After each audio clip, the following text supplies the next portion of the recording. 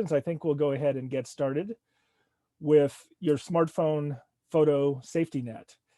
So basically, we're talking about backing up your images to the cloud, and we have three services we'll talk about tonight. My name is Mike Edding. I'm an adult services librarian here at the library at the Hinsdale Public Library, and I'm joined, as I mentioned, by Lori Cummins, and she will cover Google Photos, and I'll talk about Amazon Photos and SmugMug. So, why should you bother with cloud photo backup in the first place? Well, generally, all of our phones have a finite amount of storage space that's available. And in fact, sometimes we'll even choose to get a phone that has less storage space than a premium model because you can save a fair amount of money. This is particularly true with Apple's iPhones. They seem to charge quite a bit for more storage memory. Thankfully, that when you use these cloud backup services, you're sort of freed up from the need to buy this extra space when you purchase your phone. Once your photos are backed up, you're free to delete them from your device without losing them. You might also want to back up your photos using one of these services because they make it pretty easy to share images. Now, you can definitely do this in a more kind of traditional way by emailing your photos or texting them to your friends and family, but the process tends to be a lot simpler with one of these backup services. It's, because you're sending a link to an image rather than sending the image itself, you're also not using up your data plan minutes or excuse me, your data plan usage, which can get expensive with certain plans. Another reason you might want to choose an online backup photo service is the print ordering process. Because they offer a built-in way to order your prints, the process is much simpler than using an external service like Walgreens or Shutterfly to order your prints. Unlike those services, which, as I said, you have to upload the photos to them before they're available to purchase anything, with the services we're talking about, your photos are already in the cloud. So you just have to kind of say, I want to print this one, and this one. And you can be up and running with a print order in short order. So before we get into the individual products, let's talk a bit about how we get these apps up and running. So all the applications that we'll talk about tonight are available on Apple's App Store and Android's Google Play Store. So they're cross-platform. You'll simply download one or more of these applications from the Play Store or the App Store, and you make sure to give them access to your photos when it asks you to. And I think in Apple's case, you can tell it, I want to give them access to all my photos or just a certain subsection of photos. It's kind of up to you how you want to do that. Most people would probably say all photos. It typically takes quite a while for these apps to upload your images because if you're anything like me, there's a lot of them. I like to plug my phone in and leave the app running while it uploads this for the first time. The app may work in the background, uploading images, but it is definitely faster if you allow it to upload them with it in the foreground running as the main application. So once your images are fully backed up, you can breathe a sigh of relief. You're now protected against accidental loss. So that's another thing that these images applications are good for, is keeping you from losing these images because your phone breaks or um, you accidentally delete them from your phone. It's kind of this insurance policy. So once they're up there, which is good. It is, and in most cases, it's not synchronizing. So if you if you delete a picture off of your phone, for example, it will still live on these cloud services until you delete them there. I think it's a good idea to run these apps periodically to make sure they have uploaded the latest images that you've taken. With Amazon Photos, I've noticed that when I open the app, it will often start uploading then rather than having been doing it all along. So it's just, once a week or once every couple weeks, open up the application and it'll just automatically start sending them up to the cloud. Finally, once you have the images uploaded and backed up, each of these products have a web interface. So you can use them with an internet browser like Google Chrome or Apple Safari. In some cases, you'll find that the web version is in fact more full-featured than the application version, though you can do all the basics with these apps. So Lori's going to kick us off talking about Google Photos, which is maybe the most well-known of these services.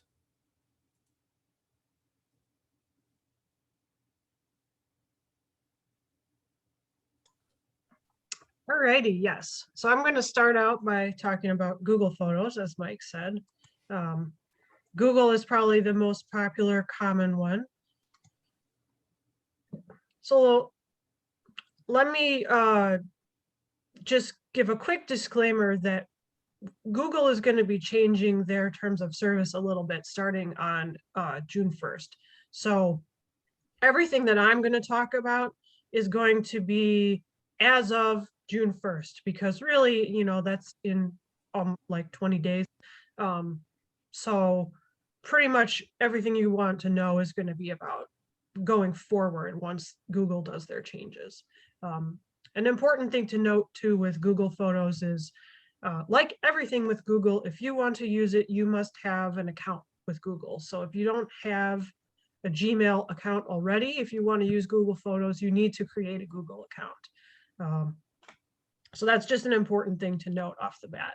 Any of Google services, you have to create an account to be able to use. So let's talk a little bit about what you get for free with Google Photos. So Google Photos comes automatically, or any Google account, I should say, comes automatically with 15 gigabytes of storage.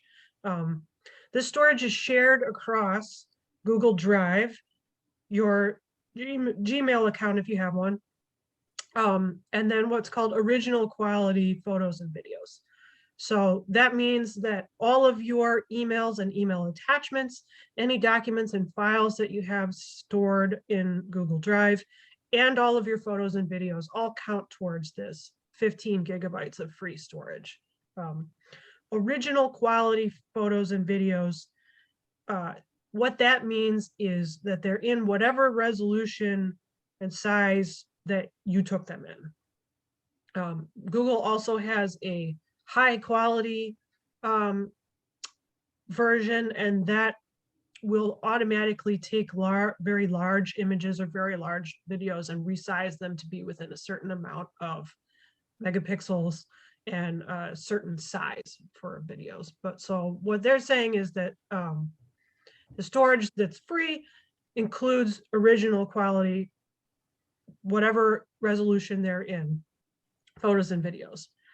If you go over, or if you reach that limit, you won't be able to add any new photos or videos, or download any new emails or save anything else to your Google Drive. But you're not going to lose the information that's already there. So this is the thing that Google is introducing on June 1st. They are starting to introduce paid plans, which is part of their, I think they're calling it Google One. So if you want to increase your storage, 100 gigabytes of storage, again, that's shared across Gmail with attachments, any documents you have uploaded to Google Drive, and also photos and videos. 100 gigabytes is $199 a month. 200 gigabytes of that storage is $299 a month, and 2 terabytes of storage, which if you take a lot of videos, that might be something that you would need, but probably for our purposes, one of the lower storage ones would be plenty. The 2 terabytes of storage is $9.99 a month, and Google does offer options where you can pay monthly, or if you pay annually, you get a little bit of a savings. So I think the 100 gigabytes is $19.99 for the year. The 200 is $29.99 for the year, and the 2 terabytes is $99.99 for a year if you pay all at once. Google Photos has really robust search tool built in, so that's one advantage of using this one. They use pattern recognition within photos in order to identify whether they contain faces or not. And then within whether this photo has a face or not, it also can look for other things like locations. It reads location metadata that's stored within your photos. So you can easily search for Cancun and pull up all of your pictures from your vacation. Or something I did recently, I was working with a neighbor on his website, and I needed to find pictures of decks because he has a carpentry company. So I typed in decks and was able to pull up all of the pictures of decks that he had taken, so I could use them for the website. This pattern recognition also extends to pets. So if you have your lovely dog or cat, you can search by your pet's name and find all the pictures of your dog or cat that you've taken. You can search by people's names. You can also search by things, so things like decks or locations. So just a note, though, that in order to search by people's names, you do have to provide a label. So Google will ask you, hey, like, this is a face, who is this person? And if you choose to, you can label it, oh, this is me. And then it will suggest other photos and say, oh, is this also you? Yes, yes, yes, this is also me, this is also me. And so it learns the pattern of the face and then will associate those people or those faces with your name. So you do have to provide a label if you want to be able to search by a pet's name or a person's name. So that's kind of as the searching. It also allows you to make albums to organize your folders. You can do smart albums. So I have smart album of just my son, where I've told it to create an album that has just pictures of my son.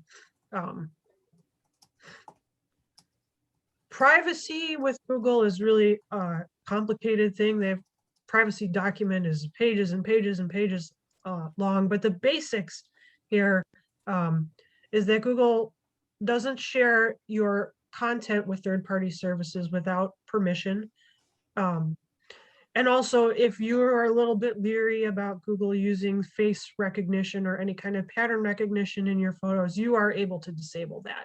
If you don't want to be able to search for people, you can also disable or strip out location data from your photos if you don't want Google to know where those pictures were taken. So as Mike sort of alluded to before, getting your photos printed from Google Photos is really, really easy.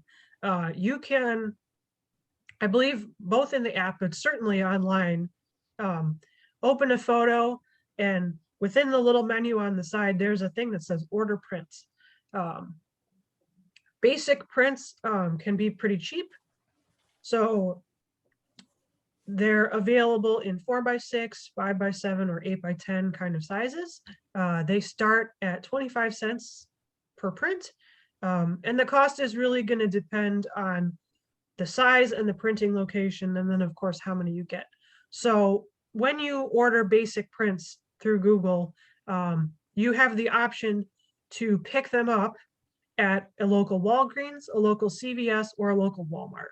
So you click print if you want to order, 100 copies of a particular photo, and then they'll be ready for you to pick up at one of those stores. So it's really pretty simple to be able to get prints. So instead of having to upload them to the CVS or the Walgreens or the Walmart website to get prints, Google has partnered with those companies to provide that service directly from their application. Other cool functionality that comes along with Google Photos is that, as Mike sort of said before, you can sync your iPhone photos with Google Photos, and so that they back up automatically, which is a thing that I do on my personal phone. And if you want to, you can tell Google Photos to back up your photos to the cloud and then delete them off your device. So that is a way to save space, especially if your device doesn't have as much storage and you want all of the photos that you take with your phone to end up in the cloud, but you don't want to store them on your phone. You can still access them by using the Google Photos app, but that's a really nifty kind of feature. You can also automatically share photos of only specific people. So again, I have a nice photo album I've made of just my son.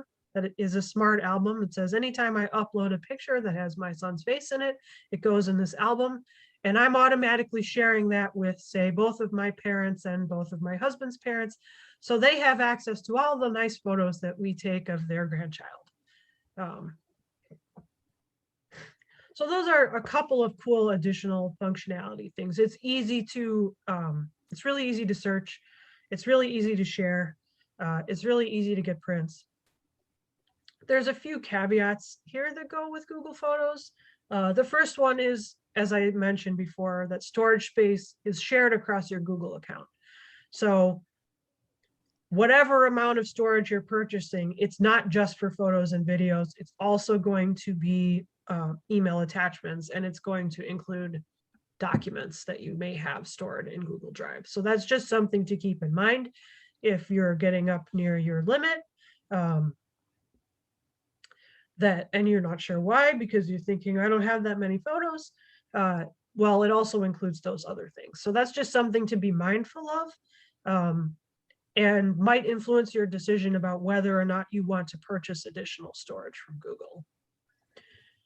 Also, as a privacy concern, Google does read the location information that is stored in digital pictures.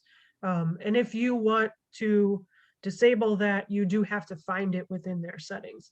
So that's just kind of the trick with Google, is there's a lot of privacy things that you can turn on and off, but it's up to you to disable them. So most things are automatically enabled. And if you are really privacy conscious and you don't want Google to have location data about where your photos were taken, then you do need to go in, find that setting, and turn it off. So if you're not used to navigating the interface, that can sometimes be a little bit complicated.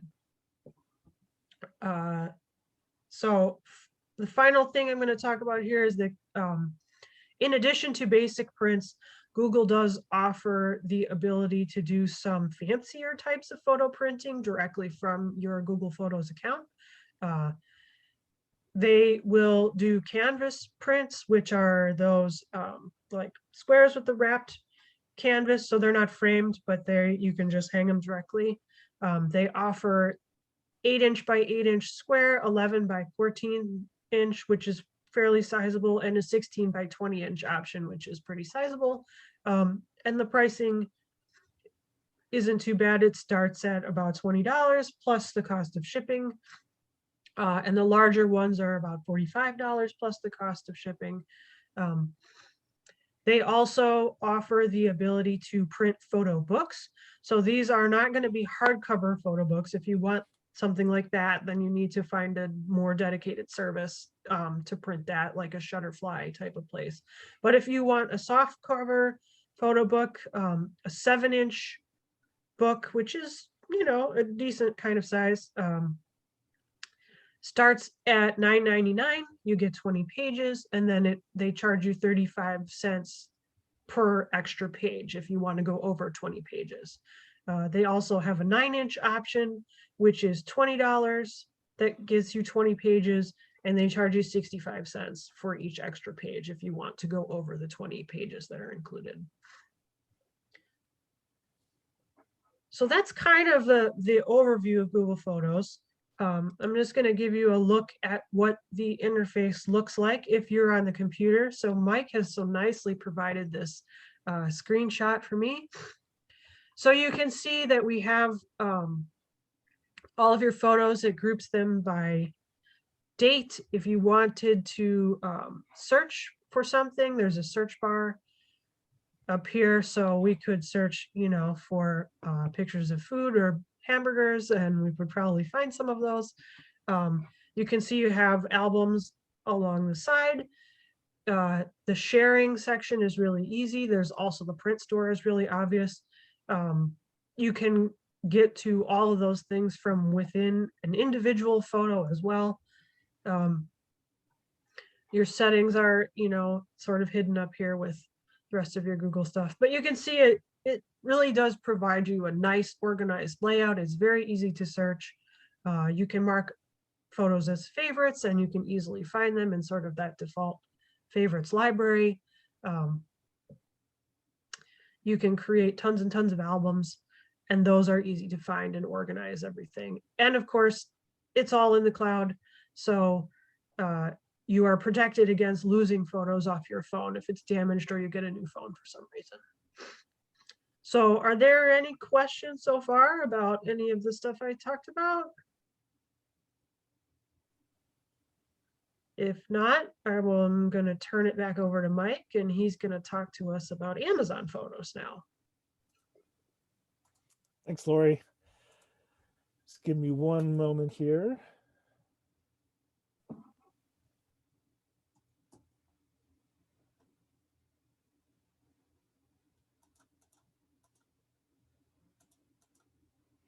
Okay, so Amazon Photos. What is included for free with this service? Well, anybody who has an Amazon account gets 5 gigabytes of full resolution photos and video. If you have an Amazon Prime membership already, you can back up your photos without limit to their number. So it's full resolution, and you can store an unlimited number of them online. However, your video content can only be up to 5 gigabytes. And that's true whether you're a regular Amazon user or a Prime Amazon user. That video is fairly restrictive. So since video takes up a fair amount of space, you might end up running out or having to buy some extra. So speaking of the Amazon Prime membership, for those of you who aren't familiar with it, it's Amazon's service to offer free 2-day shipping, in some cases 1-day shipping on items. And slowly they've rolled out additional services that are included with your Amazon Prime membership. Like you can watch videos, kind of like you're watching Netflix. It has its own collection of videos. You could, let's see, there's an Amazon Music that the basic Prime plan gives you a certain amount of music for free. So you could stream music and that sort of thing. But Amazon Photos is another one of those benefits that you get from being an Amazon Prime member. So if you need to add on to your storage, like if you have a lot of videos, you can get an extra 100 gigabytes for $2 a month. If you need to get that up to 1 terabyte, that's $6.99 a month. And the basic Prime membership is $13 a month or $119 per year. So it's not cheap, but you get a fair amount for your money. So with organization, kind of like Google's photos, they're organized by date automatically. And you can also create albums if you'd like to organize them by subject. like Google, Amazon also features image recognition technology. So it allows it to find people, places, and things. For example, you can search for ducks. I know Lori was searching for decks, but I was searching for ducks. You could search for burgers or trees or flowers, and it will try to automatically pull all the images together for you to see them as a group. There is also the feature of kind of image recognition for people, and it'll try to group like images of that it thinks are the same person, and then like with Google, you can give it a name, so it doesn't like automatically know when it searches your images for the first time that that's me. I have to tell it that's me. And I'll note that on Amazon, the facial recognition kind of thing is turned off by default. I think they did that due to a certain privacy law that Illinois has on the books, but you can certainly turn it on and get the full benefits if you'd like to. And like Google, you can search images by their location. It pulls that information from the metadata, like Lori was speaking of, where when you take a picture, in many cases, it'll just embed that into the file itself where it was taken. So you can search by location. When it comes to things like privacy, Amazon isn't bad. I'd say, their privacy policy and approach is pretty decent. They may use your images internally at Amazon to identify products you may like, but it never shares them with third parties, or it doesn't share your image recognition with third parties. So if it sees a bunch of photos of Lori, it doesn't know that's Lori, and it won't sell Lori Lori's likeness to any other parties. So I think that's pretty good. When it comes to pricing, standard prints are pretty cheap. For example, for just a standard 4x6, you're paying 15 cents, which is pretty competitive. They also offer standard print sizes like 5x7 and 8x10 at pretty good prices, I'd say. Um, I will say that if you want to go super large, you can't really do it with Amazon. There's a certain limit to the size that you can order, but most people that are using these kind of sites aren't doing that sort of large wall art kind of thing, unless it's a poster or, like Lori was talking about, a canvas wrap. But even so, there's still a limit to the size that it will accept. So other functionality, if you'd like to share your photos with others, which is a common reason why we use programs like this, Amazon Photos has this thing that they call groups. So if I create a new group, it's asking me to grab some photos that have something in common that I'm going to share with people. So I might share some photos of some other libraries that I visited with some of my coworkers. So I take a bunch of pictures, I select them using the interface. In this case, I'd probably do it on the web interface. And then I would say, okay, this is a group called local library pictures. And then I decide I want to share that with Lori, with Susan, and with some of my other coworkers. So I add them to the list of people that are able to access this one group of photos and send the link. So that works pretty well. But they also have this functionality called Familyvault, which is pretty unique, I think. So it's designed to allow you and, say, some close friends or family to kind of collaborate to get a really nice collection of common images. So if I turn on this Familyvault feature and I invite my brother and my sister and my mom and my dad, each of them could upload unlimited photos into this family and friends vault thing. So it's not just me sharing with them. They can kind of jump into my photo abilities and and upload their own images. So if you have a shared vacation you took with friends or family, you could all get all your images together, and then it would make it really easy to order prints from those later on if they're all in one place. So I don't think the other services have anything exactly like this. Um, but this is only available to Prime members. You don't get this with your basic Amazon account. So in terms of some things to think about before you jump into Amazon Photos, you have to have Prime for the image recognition to work. So if you have that basic feature, they're kind of trying to entice you into spending the extra money to get a Prime membership. Um, I'll also say that the image recognition, in my experience, doesn't work as well as Google's does.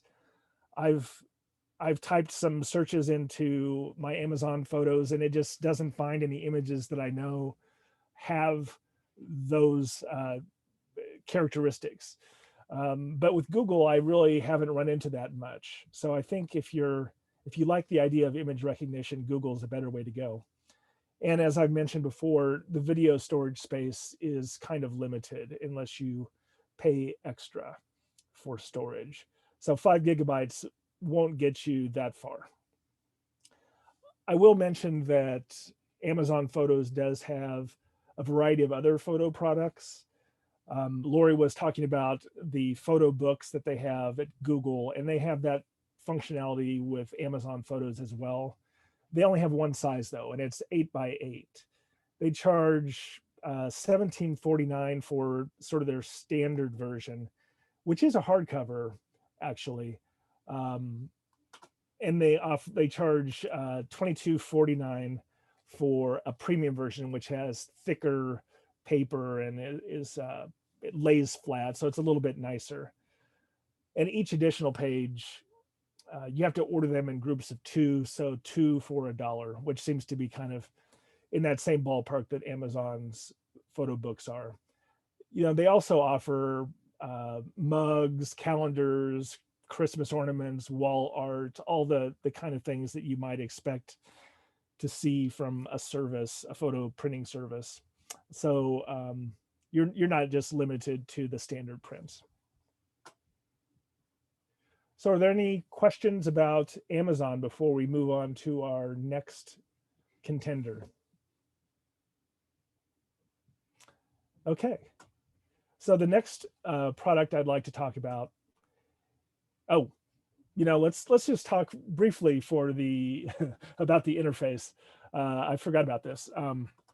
So the search engine is at the top, as it is with Google, and it's organized, as I mentioned, by date. And you can see, you can kind of filter it by the date it was taken. All the pictures that are on the screen were taken in September of 2020 that you can see on the screen. And you can see I have 5 videos and 310 photos that are within this, like this date I took that many images, or in September I took that many images. You can view, you have a choice of views here. And you can see the sharing. That's where you get your groups together and share images. Albums would be things that you decide to group together because they have some meaning to you as a user. And then people is that automatic image recognition. Places is based on the metadata that is inside the photo. And of course you can delete photos. And once you delete it on the website or on the Amazon Photos app, it will be gone from the cloud. That's independent of whether it's gone on your local device or not. So typically you can delete in one place and it doesn't affect the other. That's why it's so good for backup, because you can delete your photos on your local phone and they still live in the cloud. Um, so that's the general interface for Google Photos. It's pretty straightforward. The next product we'll talk about is called SmugMug.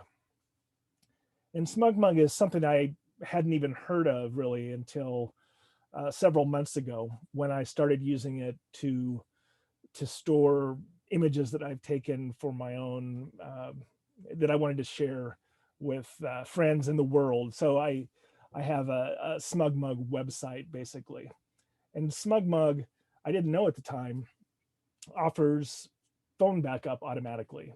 So that's puts it right in competition with Amazon Photos and Google Photos. So what do you get for free? Well, you don't get anything for free except for a 14-day trial. SmugMug is a paid service and they make no bones about it. The interesting thing about this though is that it's not necessarily geared towards just a casual user. It's sort of got all the tools it needs to be suitable for a professional photographer. That doesn't mean that ordinary people can't use it successfully and get a lot out of it. It's just it's got a different audience typically. But the interesting thing is that the pricing puts it kind of in line with some of these other products, even though there's no free account. So the standard plan is $7 a month or $55 a year. And this provides unlimited photo storage.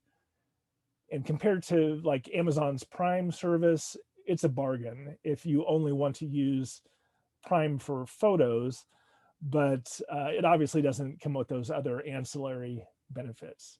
So $55 a year, you can upload automatically unlimited images, which is pretty great. And those are at their full resolution, by the way. There's no sizing down of things to fit. So like Google and Amazon, your automatic images they're organized by date. That seems to be the standard for these kind of products. And you can also create albums of groups of photos. But unlike Amazon and Google, there is no automatic image recognition at all.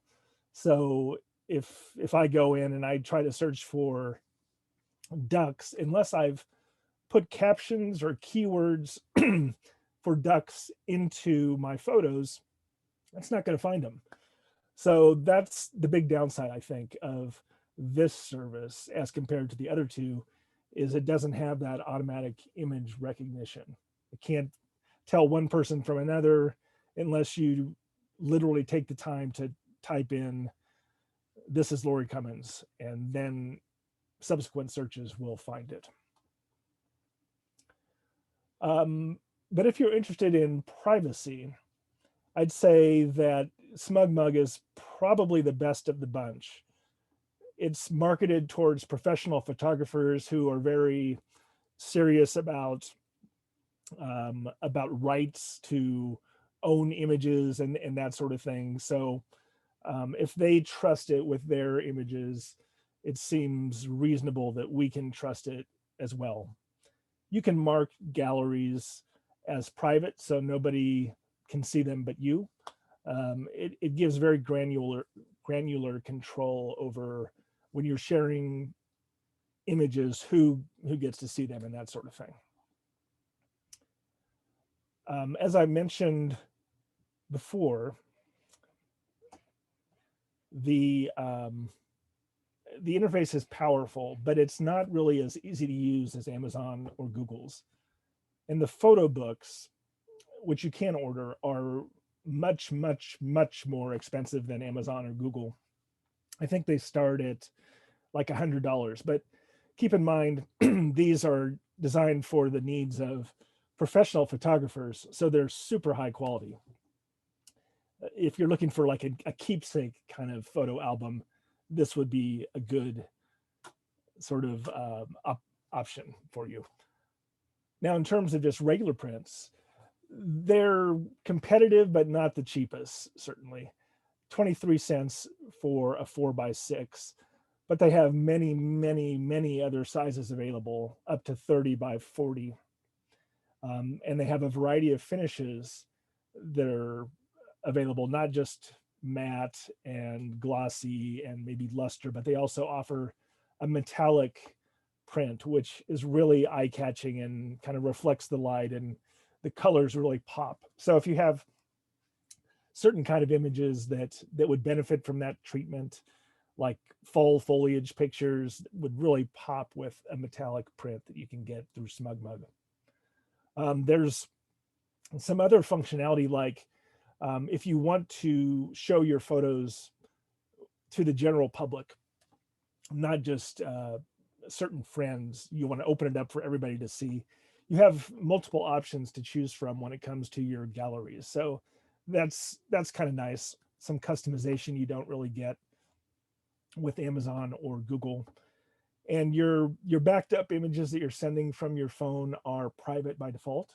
So there's no reason to fear that they'll get into the wrong hands unless you want them to actually appear and you're affirmatively saying, I want this to be a shared gallery or that sort of thing. Videos are also unlimited in a sense that you can upload an unlimited number, but each video file has to fit into certain parameters. So the videos can only be up to 20 minutes long. They can only be 1920 by 1080, which is full HD. You can't send 4K video up. And each one can only be 3 gigabytes in size. But you could have, hundreds of 2 gigabyte image or movies that you've uploaded with no problem. And because this is geared towards professional photographers, the print quality that you get back is really excellent. I've ordered several things from them, and they are really well done. And if you're the kind of person that would like to sort of customize how something appears when you're sharing it with somebody, I think SmugMug is a good way to go. I'll show you the interface here really quickly.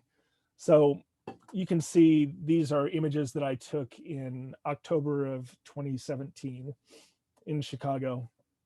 And this is under automatic iOS uploads. You can see this here. So this is the thing that you get when you turn on the automatic backup of your phone.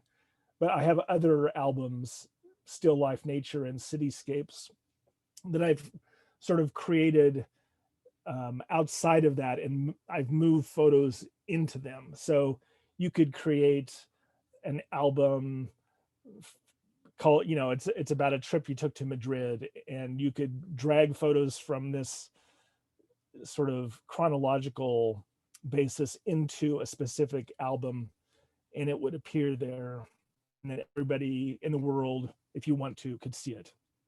So that's the general interface for SmugMug. I'm going to just share my screen so you can see what a gallery would look like that has been customized. So I'm going to stop this share and then show you another window I've got on my computer.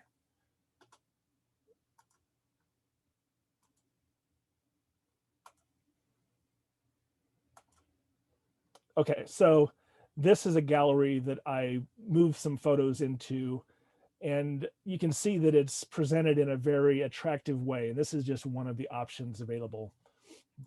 And when you click in, you have the option in the lower right-hand corner to buy the photograph. And then that's when you get the price list or your options on what you want to purchase.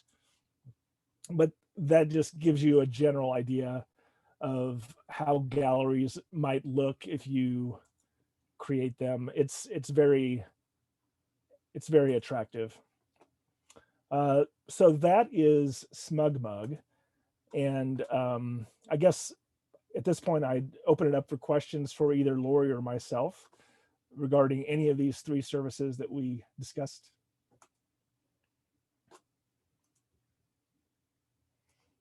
Any questions at all? Lori, did you have Yeah, any? Yeah, go ahead. I would like to know, how do you move from platform to platform? If you go ahead and do Google and then you decide you don't like it, you want to do Amazon, how do you move all your photos? Well, they're like separate things. So you'd have to decide. I think you would want to decide on a strategy if you can ahead of time. So I say I want to go for Amazon or I want to go for Google. Then you download that app and you upload all your photos. But to hedge your bets, I might at that point also download another app. I might have Amazon and Google running at the same time and backing up all my photos so they both live in both places.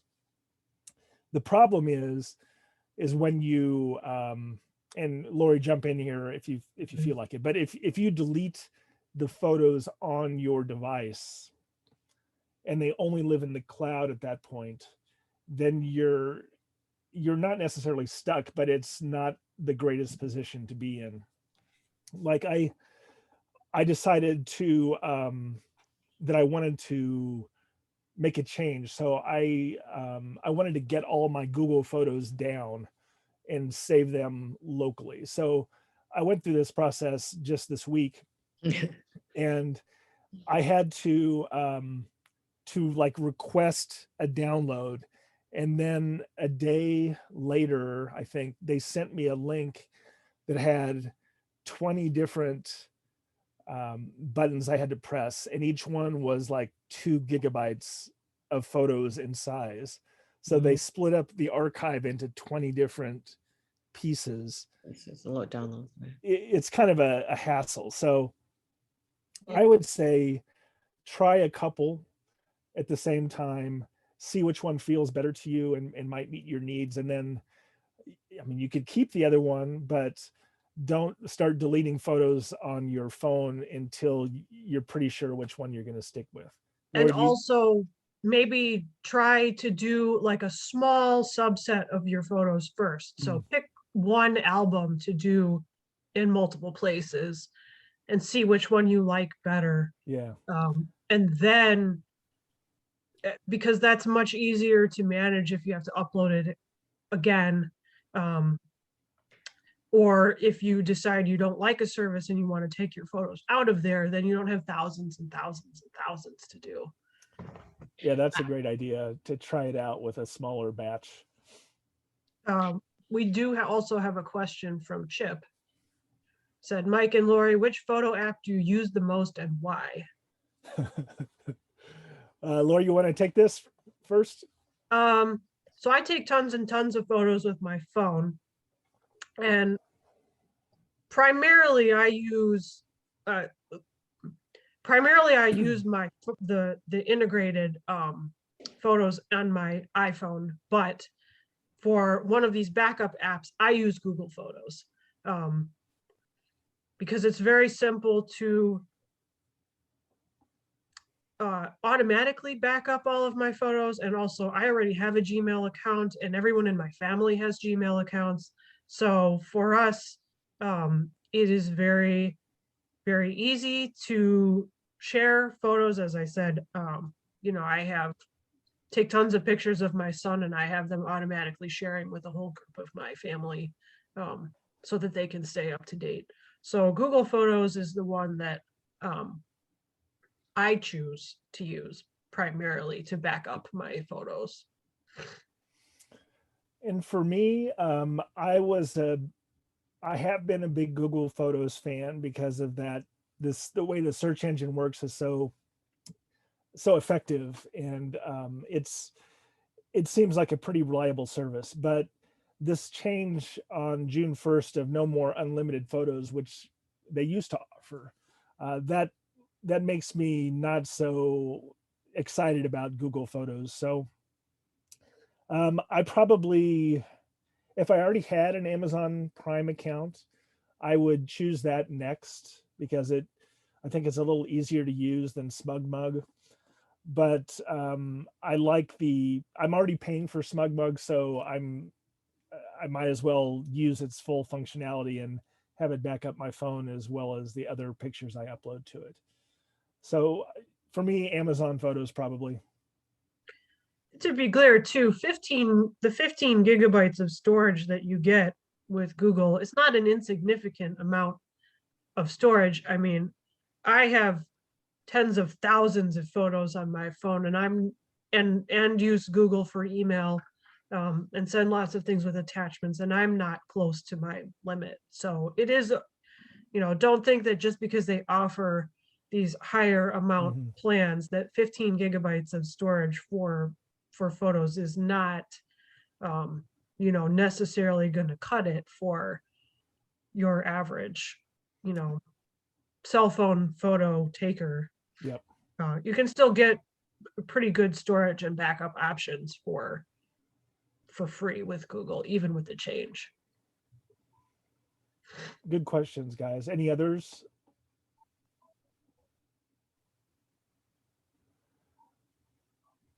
Well, if not, Lori and I would like to thank you for coming tonight. We hope you got something out of it.